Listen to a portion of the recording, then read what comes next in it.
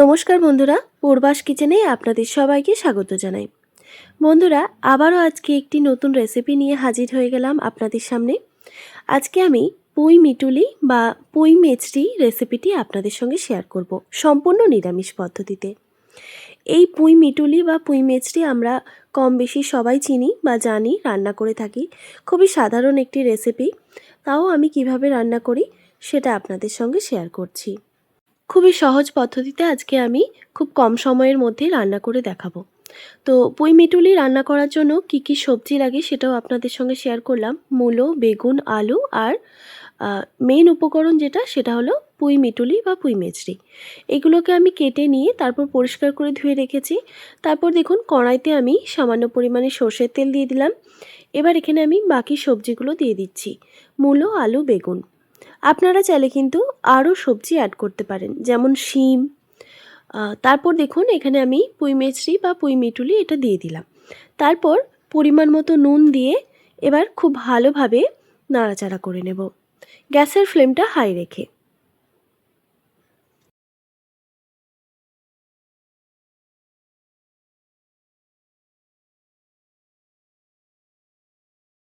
নুন দিয়ে গ্যাসের ফ্লেমটা হাই রেখে একটু নাড়াচাড়া করে নেওয়ার পর এখানে আমি কিছু গুঁড়ো মশলা অ্যাড করছি।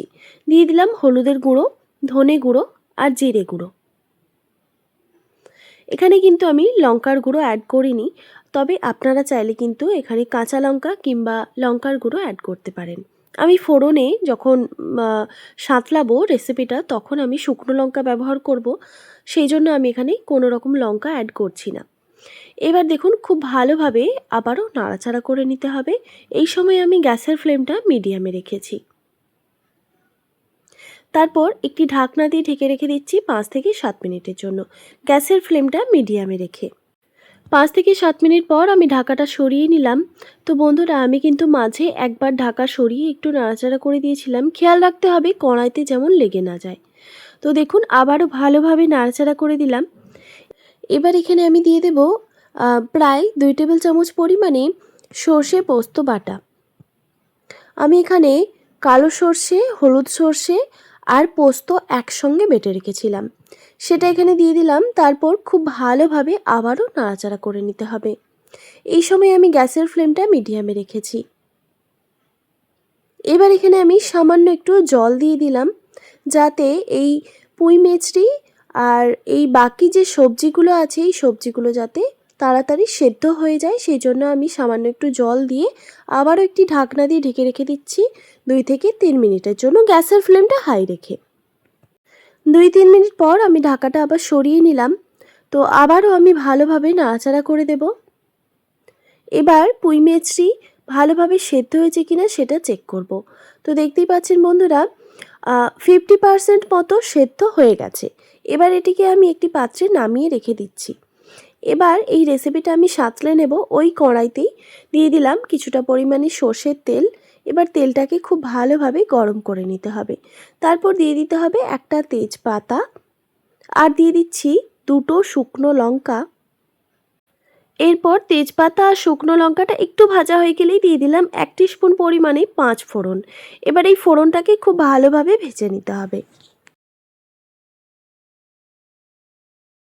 ফোড়ন থেকে একটা মিষ্টি গন্ধ বের হলেই এবার যে সবজিটা আমি সেদ্ধ করে রেখেছিলাম সেটা এখানে দিয়েই সাথে সাথে একটি ঢাকনা দিয়ে ঢেকে রেখে দিতে হবে প্রায় 2 থেকে 3 মিনিটের জন্য, গ্যাসের ফ্লেমটা মিডিয়ামে রেখে। 2 থেকে 3 মিনিট পর আমি ঢাকাটা সরিয়ে নিলাম। তো আবারও আমি ভালোভাবে নাড়াচাড়া করে দিচ্ছি। ভালোভাবে নাড়াচাড়া করে দিয়ে আবারও একটি আমি ঢাকনা দিয়ে ঢেকে রেখে দেব কিছুক্ষণের জন্য। তার আগে আমি চেক করে নেব সবজিগুলো ঠিকমতো সেদ্ধ হয়েছে কিনা। তো দেখতেই পাচ্ছেন বন্ধুরা, সবজিগুলো কিন্তু সুন্দরভাবে সুসেদ্ধ হয়ে এসেছে। তো আরও একটু সেদ্ধ করে নেব, যেহেতু পুঁই মেচড়ির ডাঁটাগুলো একটু শক্ত রয়েছে, তাই আরও 5 থেকে 7 মিনিট মতো গ্যাসের ফ্লেমটা একদম লোতে রেখে একটি ঢাকনা দিয়ে ঢেকে রেখে দিয়েছিলাম। 5 থেকে 7 মিনিট পর আমি ঢাকাটা সরিয়ে নিলাম। তো দেখতেই পাচ্ছেন বন্ধুরা, আমাদের রেসিপি কিন্তু একদম রেডি। এবার এটাকে আমি নামিয়ে গরম গরম ভাতের সঙ্গে পরিবেশন করব। আশা করি আজকের এই রেসিপি আপনাদের ভালো লেগেছে। ভালো লেগে থাকলে অবশ্যই একটি like, comment, share and subscribe করে দেবেন। আর পাশে থাকা বেল আইকনটিও প্রেস করে দেবেন। তাহলে নিত্য নতুন রান্নার ভিডিওগুলি আপনাদের কাছে পৌঁছবে। ভালো থাকবেন, সুস্থ থাকবেন। দেখা হচ্ছে নতুন কোনো রেসিপি নিয়ে।